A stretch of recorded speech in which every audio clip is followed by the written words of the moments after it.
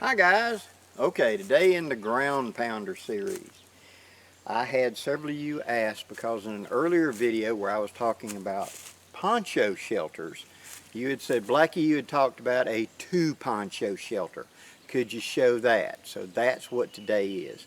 Now we're not going to go in a step-by-step on how to set it up because it's kind of obvious. But what I'm going to do is show you how, with my experience, things that made it much better and problems you need to look for from the beginning. Okay, first, you get your 2 U.S. military ponchos. They are not made truly identical.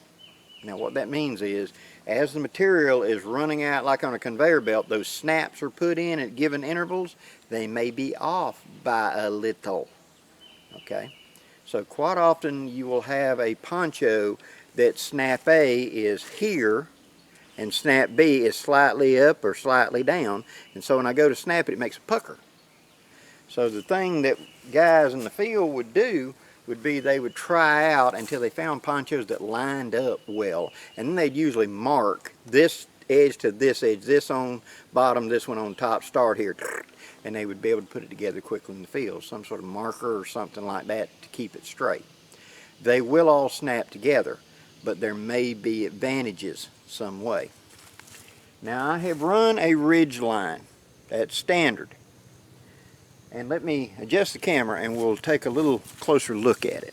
Okay, my Ridgeline right here is not running underneath the center because I do not want it to be at the apex.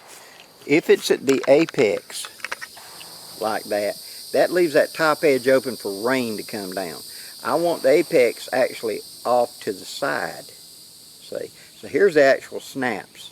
Instead of them being up here on the top, they're actually off to one side. In this case, how I've done it is I've attached my I put up my Ridgeline first, and then I laid my poncho over it. And I went to the downhill side. Downhill refers to this. Poncho A, poncho B is snapped on top. Okay? So if rain falls, rain's going to run off of the lip of poncho B and then down poncho A. If I mess that up and put it backwards, rain runs down and pours inside. So that seam has to be over the top and downhill. Even then, wind can hit it and blow some up and over. It's just an imperfect joint. It's not glued together or sewed, it's just sitting there. But it can work. Okay. So how I set this up, one, I want to be where I believe the rain is coming from that way, coming against the side of this, not on the end, on the side. I want that side to be completely up and over the Ridgeline. So from here down is one continuous piece. Since the rain's coming from that direction, it's hitting this poncho and running down. That snap is over the top, so if any hits on this side, it runs down. It's not being blown by the wind between the layers. See what I'm saying?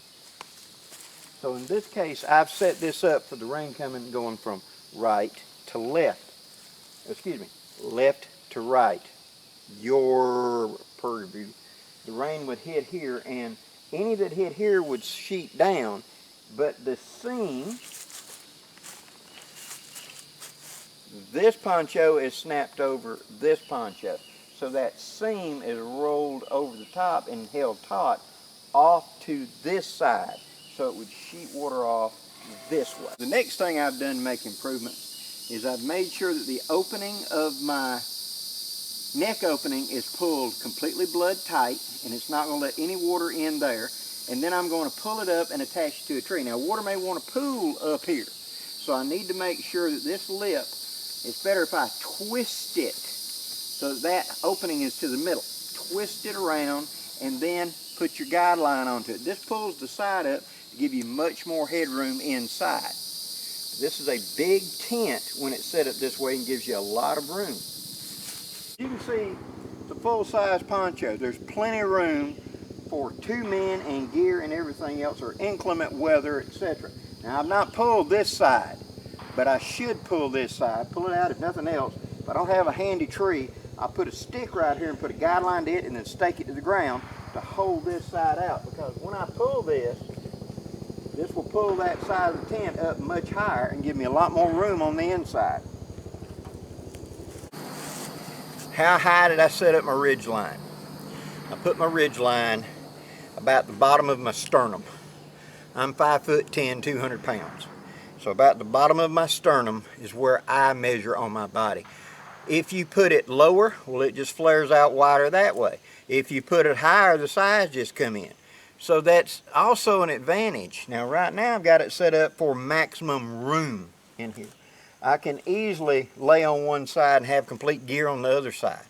You know, add me a floor cloth in here and we're really living now. You can also do this and then drop you a piece of mosquito net of a cut up U.S. Army mosquito net for a cot. I've cut and modified those to go across the end and make a screen on these things to block it off.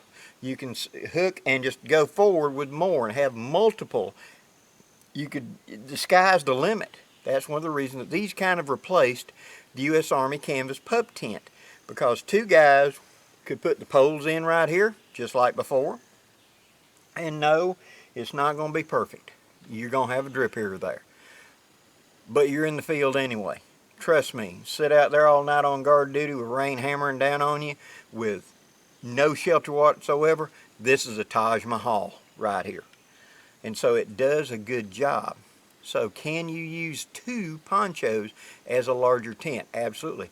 What if instead of staking one side down, I brought the other side outward, like a porch, and went forward? Then I've got luxurious room forward and back this way that I can lay. Could I enclose this end? Absolutely. Some little bit of plastic or whatever, like we've talked about in the winter, could easily be draped over these ends to seal it up and hold a little more heat. It's very easy to do. But the difference between this and my earlier video of using just a single poncho is that ridge and that lip coming over. That's the big advantage.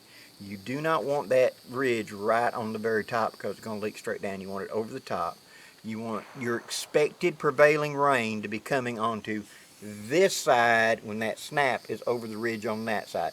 So it's like that, see, like that. So this rain would just sheet off of this side.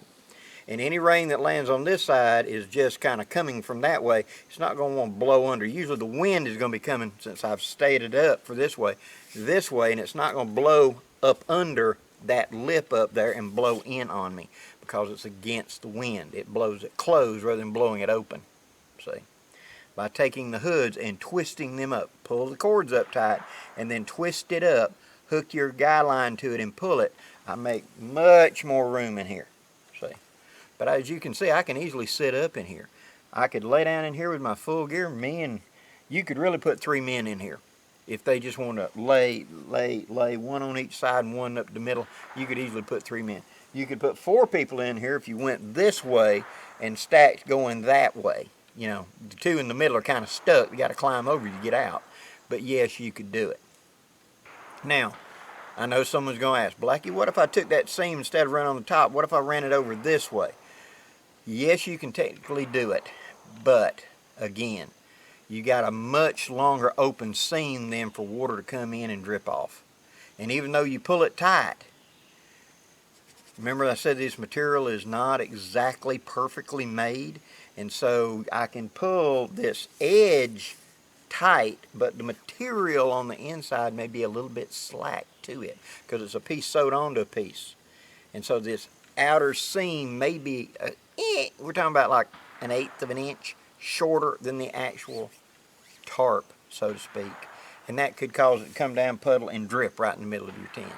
I found the best way to do it is to run the ridge line, pull it over the ridge line to the downhill side, downhill being the one that's snapped underneath, anchor it first, pull my ridge line tight, and then anchor the weather side, pull it out and anchor it. Roll my hoods and pull them out, and I'm good to go.